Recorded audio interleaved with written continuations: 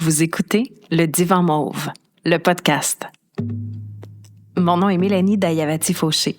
Mon but est de vous soutenir dans la connexion à votre sagesse intérieure et à la nature qui vous entoure.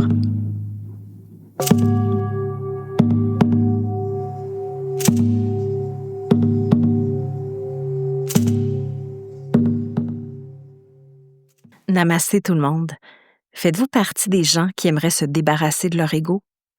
Aujourd'hui, dans cet épisode, je vous parle du concept de l'ego. J'essaie de bien le définir pour pouvoir répondre à une question que je me fais poser très souvent et que je me suis fait poser par plusieurs d'entre vous.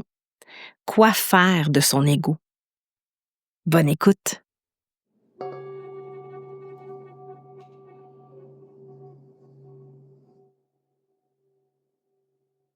Je suis vraiment contente de vous retrouver aujourd'hui. Puis je veux vous dire merci parce que il y a de plus en plus d'écoute du podcast Le Divan Mauve. Puis c'est grâce à vous parce que plusieurs d'entre vous avez commenté sur Spotify, puis avez partagé l'épisode. Donc, merci, merci, merci. Je suis seule à mon micro aujourd'hui, puis je voulais en profiter pour vous dire comment j'ai beaucoup aimé avoir des invités.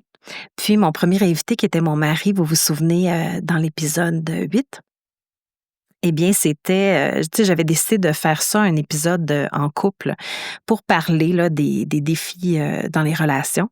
Puis on a déjà enregistré un autre qui va paraître. J'ai décidé dans le fond, de publier un épisode fait en couple par mois. Donc, c'est ma promesse pour vous, en tout cas pour la saison d'été. Et puis, si tout va bien et j'ai des bons commentaires, bien, on continuera ça à l'automne et à l'hiver aussi. Ce que je veux vous dire d'abord, c'est j'ai un erratum pour vous. C'est que dans le dernier épisode que j'ai fait avec ma fille, qui était l'épisode 10, où on parlait de la voix du milieu, on a fait référence à un épisode enregistré en couple en pensant qu'il aurait paru, qui aurait été publié avant qu'on en parle dans cet épisode-là. Puis, c'est mon erreur à moi. L'épisode en question va sortir seulement la semaine prochaine. Donc, s'il y a deux petites informations concernant le pompier, puis l'autre concernant un monsieur qui voulait aider, si vous n'avez pas compris la référence, c'est normal. Ça ne s'est pas encore fait publier. Donc, ça n'a pas eu lieu pour vous. Et donc, vous allez comprendre les liens qu'on avait faits à ce moment-là, ma fille et moi, quand vous allez écouter l'épisode de la semaine prochaine. Aussi, je veux faire un mea culpa.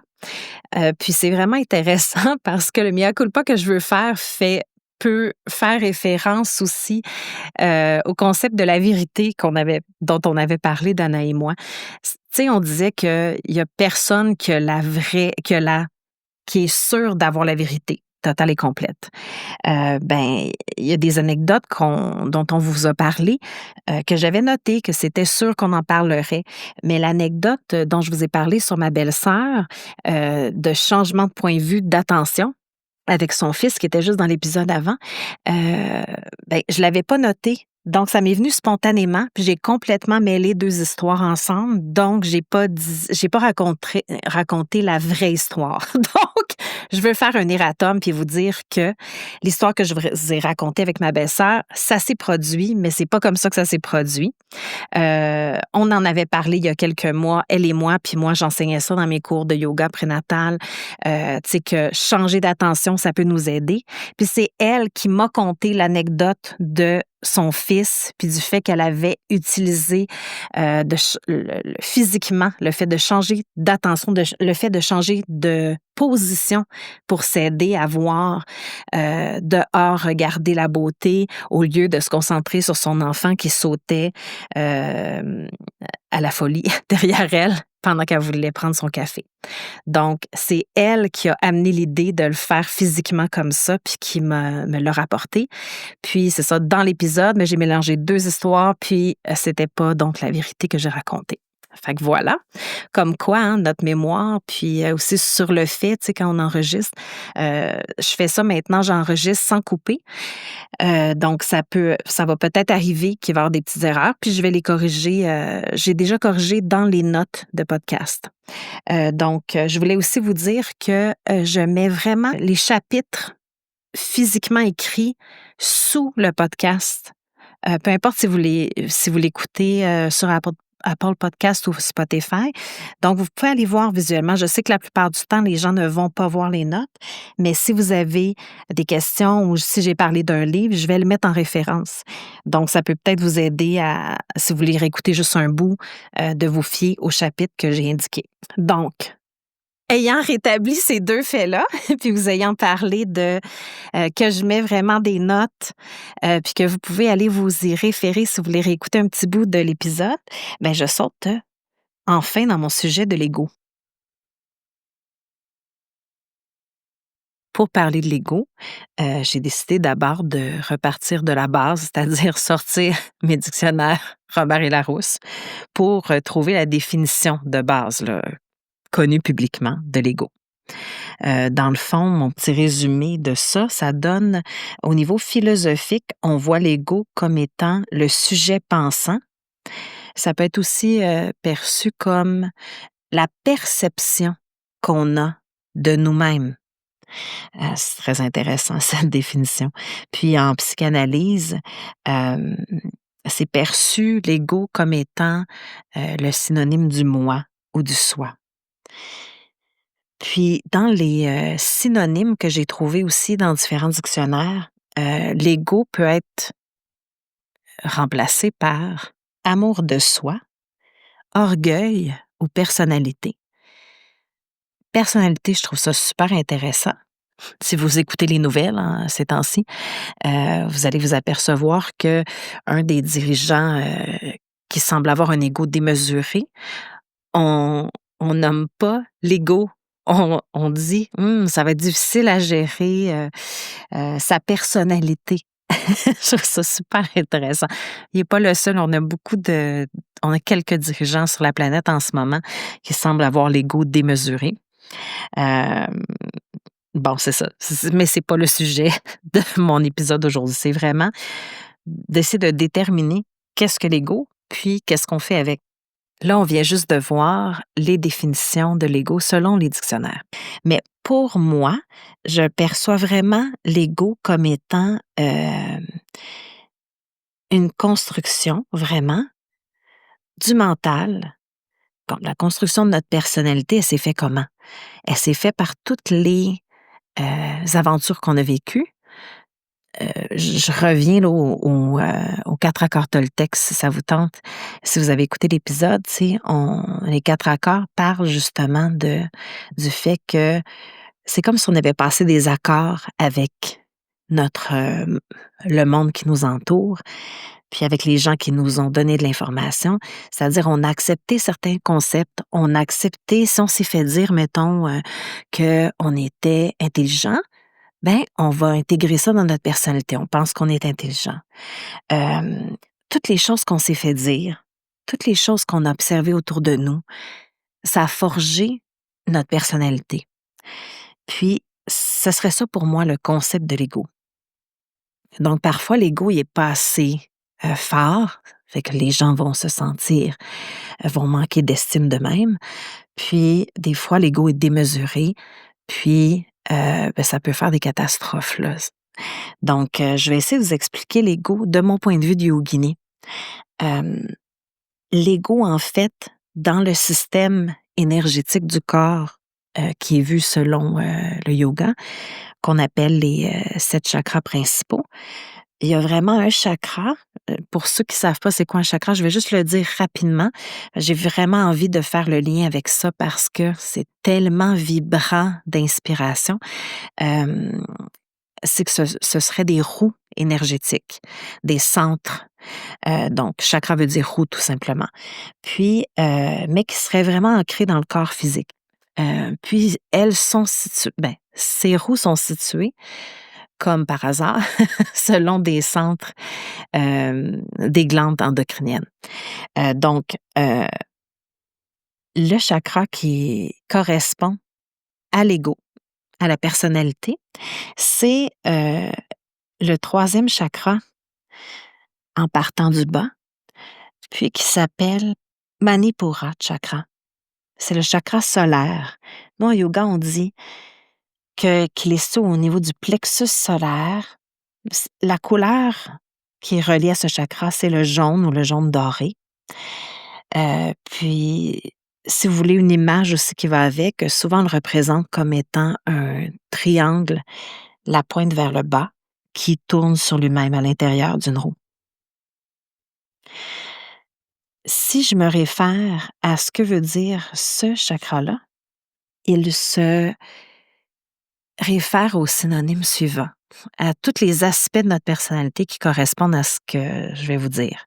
Donc, ça correspond à notre personnalité, à notre confiance en soi, à notre estime de nous-mêmes, à notre capacité à avoir de l'humilité, à notre capacité à avoir de la patience envers soi, envers les autres, notre capacité à trouver la paix intérieure, puis à être aussi dans le contentement. Alors ça, c'est beaucoup de concepts en même temps. Et ce que je veux vous dire, c'est que l'idée de ces centres énergétiques-là, quand on parle du centre de l'ego, c'est qu'il soit équilibré. Il ne doit pas y en avoir un qui prend plus de place qu'un autre.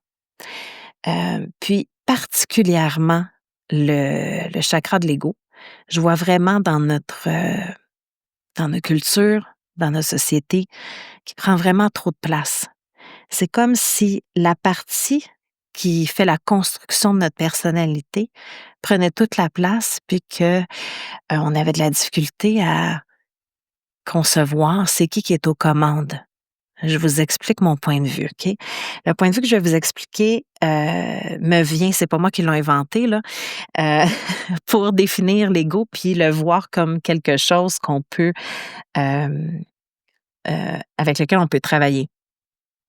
J'étais allée à une conférence donnée à Montréal par Sonia Choquette, puis cette femme-là s'occupe vraiment plusieurs sujets de l'esprit. OK? C'est une guide spirituelle, mais assez pratico-pratique quand même. Puis, ce qu'elle disait, comment elle faisait comprendre comment différencier l'ego de notre esprit, en fait. Tu sais, quand je parle de l'esprit, ça dépend de nos croyances, mais vous pourriez penser ça pourrait être, quand je dis l'esprit, ça pourrait être vu comme l'âme, nos connaissances mises ensemble dans une conscience éveillée. OK? Ce serait ça, dans le fond, l'esprit. La partie divine en nous, la partie que souvent ici en Occident, on appelle l'âme, mais peu importe comment vous la nommez, moi, je vais appeler ça l'esprit. OK? Sonia Choquette appelait ça aussi l'esprit. Puis elle disait, comment faire pour savoir si c'est notre esprit qui guide? Moi, je dis la conscience éveillée, là, la pleine conscience, ou si c'est notre ego qui nous guide. Donc, elle donnait l'exemple d'un chien de garde. OK? Imaginez que votre ego, c'est votre chien de garde. De là, la question, est-ce que je dois me débarrasser de mon chien de garde? Mais le chien de garde est super utile pour se promener, tu sais, si on est tout seul à la campagne, puis si un gros animal qui arrive proche, notre chien de garde va nous avertir, il va japper, bon, etc. Puis il pourrait même attaquer pour nous.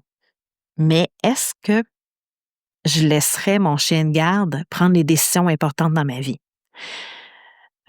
En tout cas, moi, j'ai un chien et c'est une belle bergère australienne. Puis, quand il y a un livreur qui arrive ici, elle se met à japper comme une folle parce qu'il y a possibilité de danger. OK? Ben notre ego, il est un peu comme ça. Si je laissais le chien décider que c'est vraiment un danger, le livreur, j'ouvrirais la porte, puis je laisserais le chien décider pour moi, puis le chien attaquerait le livreur, OK? C'est pas ça qu'on veut.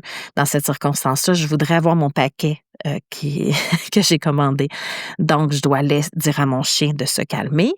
C'est moi qui maîtrise mon chien et je vais aller au-delà chercher mon paquet. Vous me suivez? C'est totalement illogique l'idée de je vais laisser mon chien décider pour moi. Donc, l'ego, c'est un peu comme ça. C'est un concept un concept de nous-mêmes, une partie de nous-mêmes qui veut nous protéger. Et il veut nous protéger de quoi? Ben, de tout changement possible qui pourrait nous mettre en danger. En général, cette partie-là de notre conscience ou de notre cerveau veut à tout prix nous protéger. Donc, tout ce qui est différent, tout ce qui nous ferait changer quelque chose, c'est une possibilité de danger pour l'ego. Donc, si quelqu'un, par exemple, s'attaque à ma personnalité en me disant « j'ai vraiment pas de talent là-dedans », comment je vais réagir? Moi, la personne, si je m'attache à mon ego, puis je laisse mon ego décider de comment je réagis, mon ego va être blessé parce que la personne m'a attaqué personnellement. Personnellement, vous vous souvenez? Ne pas prendre les choses personnelles. Personnellement, ça veut dire s'attaquer à mon ego, puisque personnalité, c'est un synonyme de l'ego. Donc, si je me fais dire, euh, peu importe quelque chose qui a attaqué mon ego, ben, je peux réagir avec mon ego puis attaquer l'autre en retour. Ou, si c'est un chien qui a tout le temps peur, qu'au lieu d'attaquer, il va être apeuré, ben, à ce moment-là, je vais réagir en me victimisant. Je vais dire, ben, c'est vrai, je suis vraiment pas bonne, blablabla. Bla, bla, bla. Ben, c'est aussi mon ego qui parle. Ce n'est pas la personne, la partie de moi, mon esprit qui est inspiré, qui sait qu'il est capable de changement et qui est capable de s'observer par lui-même, puis qui est capable de ne pas prendre au sérieux les commentaires extérieurs quand ils sont négatifs, puis qui est capable de prendre aussi des commentaires extérieurs constructifs pour s'améliorer. Justement, en parlant de s'améliorer, ben, c'est un des signes que l'ego prend trop de place ou qu'on lui laisse parler à notre place. C'est quand on n'est pas capable d'admettre nos erreurs ou de même penser que l'autre pourrait avoir une autre opinion, puis peut-être que ça peut changer notre opinion éventuellement. Moi, je parle, quand l'ego semble démesuré, parfois, c'est synonyme d'un ego qui a été mal construit aussi, qui est très faible, dans le sens qu'il est réactif. Euh, Si je me présente à quelqu'un avec des idées différentes, avec des concepts différents que j'ai jamais entendus, si la personne se braque automatiquement, qu'il n'y a pas de possibilité d'ouverture, possibilité de discussion, ça, c'est un signe qu'on a affaire à un ego qui prend trop de place. Puis on ne peut pas se battre contre l'ego d'un autre. Si on est tous les deux en train de se parler avec notre ego, ça veut dire que tous les deux, on pense qu'on a raison, que le changement, c'est un danger et que notre système nerveux se met en marche parce on pense vraiment qu'on est en danger, parce que l'autre devant nous est différent. Ça règle rien dans la vie, ça ne fait pas avancer quand c'est l'ego qui dirige. Un autre exemple, dans le fond, tranquillement, je suis en train déjà de répondre à la question. La question, c'était quoi faire de notre ego? Ce que j'entends souvent dans les milieux alternatifs, c'est que l'ego, c'est vraiment mauvais. L'ego est totalement démonisé. Il faudrait se débarrasser de notre ego. En fait, moi, je dis, pourquoi on se débarrasserait de notre personnalité? Notre personnalité, elle peut nous permettre justement de faire un podcast, mettons. Si j'ai pas de personnalité, ben, si j'avais pas de personnalité, peut-être j'aurais pas décidé d'enseigner aux autres. Je vous donne l'exemple de moi, là, mais je veux dire, si j'avais pas de personnalité, comment je me présenterais au monde extérieur? Dans le fond, la personnalité nous permet de nous présenter, nous permet d'agir dans le monde extérieur. Donc, par rapport au chakra Manipura Chakra, c'est un chakra qui nous aide à avoir de la volonté, de l'estime de soi, savoir qu'on a du pouvoir personnel, qu'on peut agir, qu'on peut construire des choses, se mettre en action. Donc, tout ça est positif. Le problème, en fait, c'est si on laisse notre ego diriger notre vie. Il y a une histoire qui a été beaucoup racontée, ça m'avait été raconté dans, dans une de mes formations de yoga, mais aussi je l'ai retrouvé dans un autre livre qui est L'âme du monde de Frédéric Lenoir. Je vais mettre l'information dans les notes de podcast de l'épisode. Mais dans L'âme du monde, il reparle de l'histoire des deux montures et du cocher. Je ne sais pas si ça vous dit quelque chose. Avez-vous déjà entendu parler de ça? Euh, Dans ce livre-là, c'est un livre qui parle de spiritualité sans religiosité, là. Tu sais, c'est toutes sortes de religions, de représentants de religions différentes et de visions différentes de la spiritualité qui se rencontrent, puis essaient de trouver des façons de décrire comme des règles, pas des règles de base, mais une façon de vivre qui lierait toutes les visions positives, spirituelles de toutes les religions sur la Terre. En tout cas, c'est un livre utopique, mais tellement beau. En tout cas, c'est très inspirant. Puis, il raconte cette histoire-là que moi, j'avais déjà entendue en yoga, l'histoire des deux montures et du cocher. Il dit que nous sommes, tu sais, la conscience et l'âme, c'est le cocher. Puis, les deux montures, il y en a une qui représente le corps physique, puis une monture qui représente le corps psychique. Donc, c'est ce qu'on ne voit, le corps qu'on ne voit pas, mais qu'on ressent, toutes nos sensations, les émotions, tout le côté psychologique aussi. Bon, euh, dans cette histoire-là, on dit que si on ne s'occupe pas du corps physique, on n'apprend pas à le connaître, satisfaire ses besoins de base comme le nourrir, lui apporter du repos, ben ça va pas bien aller. On va être inégal dans notre chemin. Il y a toujours un cheval qui va être très faible, etc. Si on s'occupe juste du corps, ça sera pas très clair où on s'en va non plus. Si on s'occupe, euh, si on laisse le psychisme nous guider, puis on le guide pas avec les rênes, on va aller n'importe où aussi. Parce que ça va être toutes les émotions, toutes les impulsions, toutes les choses qui montent en nous naturellement qui vont nous guider. Puis ça sera pas notre chemin. Ça va aller tout croche. Notre chemin ne sera pas bien dirigé.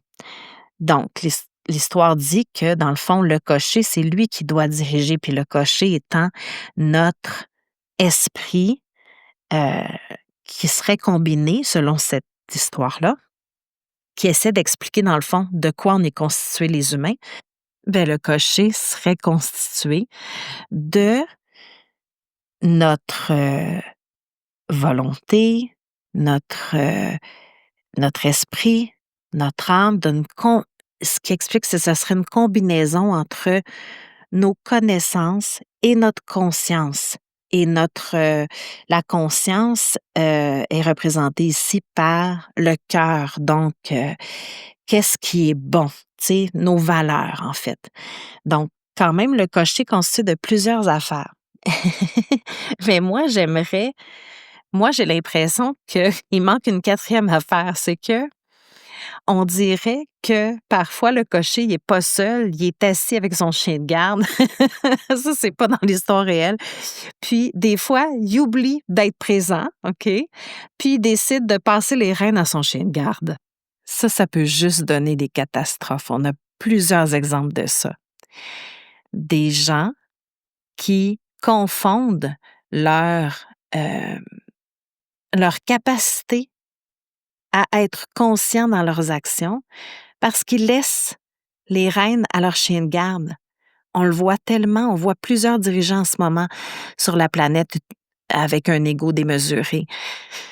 Puis un ego démesuré, ça peut rien donner de bon, surtout si c'est lui qui dirige notre carrosse. Puis le carrosse, c'est notre vie. Vous me suivez? On ne peut pas laisser une seule partie de nous-mêmes, surtout pas une construction qui a été influencée par tout ce qu'on a vécu dans notre vie, puis par des choses qui étaient fausses aussi. On a eu des fausses informations qui nous sont venues aux oreilles, puis ça a construit notre ego. On ne peut pas laisser cette partie-là de nous diriger notre vie. En fait, en laissant diriger notre vie par notre ego, ça donne les choses suivantes. Si on est fâché contre quelque chose, c'est parce que on le prend personnel. Donc, on va réagir en étant avec notre colère. On va laisser notre colère parler. On va laisser la peur d'être blessé parler. On va laisser notre impatience parler. On va laisser notre goût du pouvoir parler. Parce il y a beaucoup de gens que j'ai vus atteindre un certain niveau dans leur travail, mettons, qui, ça fait déborder leur personnalité tout à coup. Ça fait qu'on dirait qu'on ne voit plus la personne qu'on connaissait, on voit la construction égocentrique ressortir. Puis, je veux vous dire quelque chose aussi que ça m'a pris du temps à apprendre. L'ego, c'est pas seulement le chien qui jappe, c'est aussi le chien qui s'en va se cacher. Donc, si on laisse diriger notre ego, par exemple, si on laisse notre ego prendre les rênes des deux montures, ça peut donner les choses suivantes. On va écouter la partie de nous qui nous dit qu'on n'est pas bon, qu'on n'est pas assez, on est qui, nous, pour aller prendre la parole dans telle situation? On est qui pour défendre nos valeurs? Tous ces aspects-là de manque de confiance en soi, de manque d'estime, sont aussi des signes que c'est notre ego qui prend les rênes. Me suivez-vous? Donc, c'est pas seulement parce qu'on associe souvent l'ego à quelqu'un qui a tellement confiance en lui que c'est démesuré. Mais c'est aussi quelqu'un qui a tellement peu confiance en lui. C'est son ego qui guide aussi. Ça m'a beaucoup aidé à comprendre plein de choses, puis aussi à trouver le juste milieu là-dedans. Oui, on doit trouver le juste milieu avec notre ego. Dans le fond, je veux répondre à la question, là, finalement, quoi faire de notre ego? Ben, voici mon idée. Et c'était une idée qui avait été amenée aussi par Sonia Choquette, que j'avais beaucoup aimée. C'est-à-dire, il faut être présent, conscient totalement. C'est quand que c'est notre ego qui embarque, puis vérifier si on tient bien la laisse du chien. Est-ce que c'est nous? Puis quand je dis nous, est-ce que c'est la partie consciente en nous qui utilise sa bonté, sa capacité d'amour, de compassion et son intelligence combinées ensemble pour guider ce chien-là?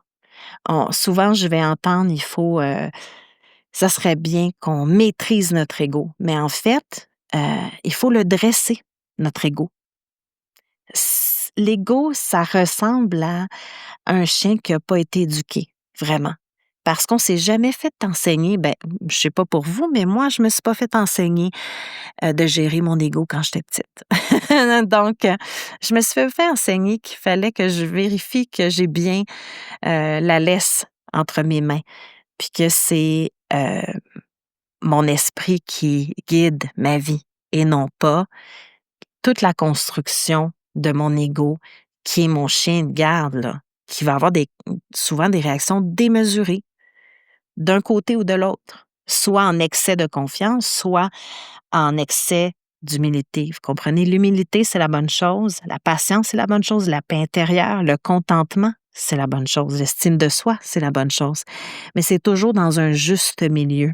Je reviens, à la voie du milieu dont on a discuté, ma fille et moi. C'est toujours de trouver le milieu dans tout ça.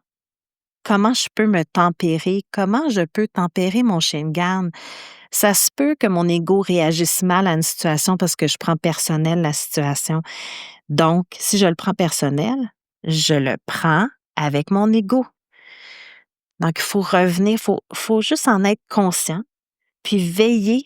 Tu sais, je dis souvent pour la méditation, veiller sur les pensées. Ben oui, il y a des pensées qui sont reliées à l'ego, puis il y a des pensées comme je vais vous donner un exemple, là, les pensées comme ben voyons, j'arriverai jamais à ça, ou pour qui qu'il se prend, lui, de me parler comme ça? Ça, c'est des pensées reliées à l'ego. Mais des fois, il y a des pensées reliées à l'inspiration, qui sont plus reliées à notre esprit. Le fait de veiller sur nos pensées, c'est une façon de veiller sur l'ego, puis de s'assurer qu'on le tient en laisse, puis que c'est pas lui qui tire devant, que c'est qui reste à nos côtés. Si on a besoin de notre ego, on peut l'utiliser à bon escient. Tu sais, si notre ego nous permet, mettons, je pense à une avocate qui défend une cause, qui va utiliser son ego pour défendre quelqu'un, euh, puis c'est la bonne chose de défendre cette personne, ben, elle a bien utilisé son chien de garde, me suivez-vous? Donc, c'est vraiment l'idée, moi je dis, ben, on ne doit pas le jeter, l'ego, on doit vraiment apprendre à le dresser et apprendre à détecter. C'est quand que c'est mon ego qui me guide, c'est quand que c'est mon esprit qui me guide. C'est assez, je sais que c'est assez complexe parce que c'est comme si l'être humain, on était plein de petites parties qui se rassemblent ensemble. Donc, nous ne sommes pas que notre ego, c'est juste une infime partie de notre être. Donc, c'est comme ça que je voulais vous le présenter. J'espère que ça vous aide à avoir une vision un peu différente de l'ego.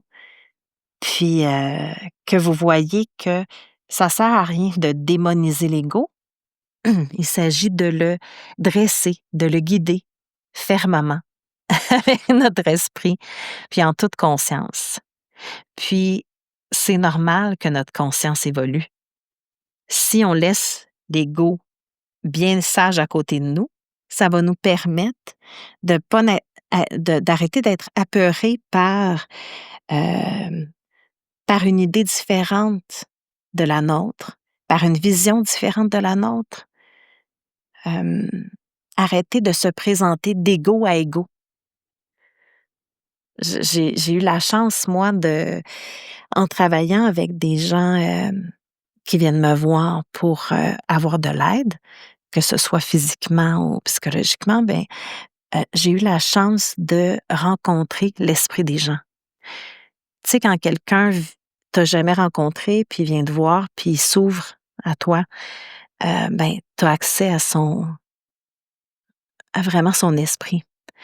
Puis je vois tellement un décalage dans la société. Souvent, quand on rencontre des gens qu'on connaît pas, parce qu'on n'est pas en thérapie, là, tu sais, on n'est pas là pour s'ouvrir nécessairement, ben moi, je trouve ça dommage parce que souvent, on rencontre juste la couche de l'ego, puis ça ne permet pas de rencontrer la vraie personne.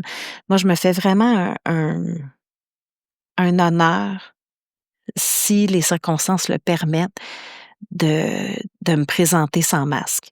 Parce que tous les masques de l'ego, c'est ça qui rend les autres inconfortables.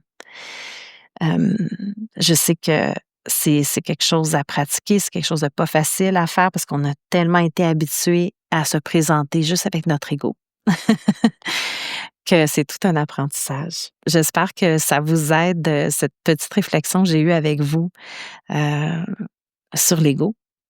J'espère de tout cœur que ça vous aide à voir les choses différemment, à vous percevoir différemment. Tout ça dans le but de se sentir mieux avec nous-mêmes, puis être capable de mieux composer avec les impulsions qui viennent, qui arrivent en nous, que c'est des fois parce que notre ego est blessé. Euh, Puis j'espère que ça vous aide à voir plus clair ces images-là que je vous ai données. N'hésitez pas à me donner des commentaires en dessous du podcast. Si vous dépassez les chapitres, il y a une place pour mettre vos commentaires dans Spotify, sinon sur mes réseaux. Ça me fait vraiment plaisir quand j'ai vos commentaires, puis ça m'aide à m'aligner, à vos besoins, puis, à choisir les prochains sujets, des prochains épisodes. Si vous voulez m'encourager si vous avez aimé cet épisode, partagez-le dans vos réseaux et je vous dis à la semaine prochaine pour un épisode en couple. À bientôt!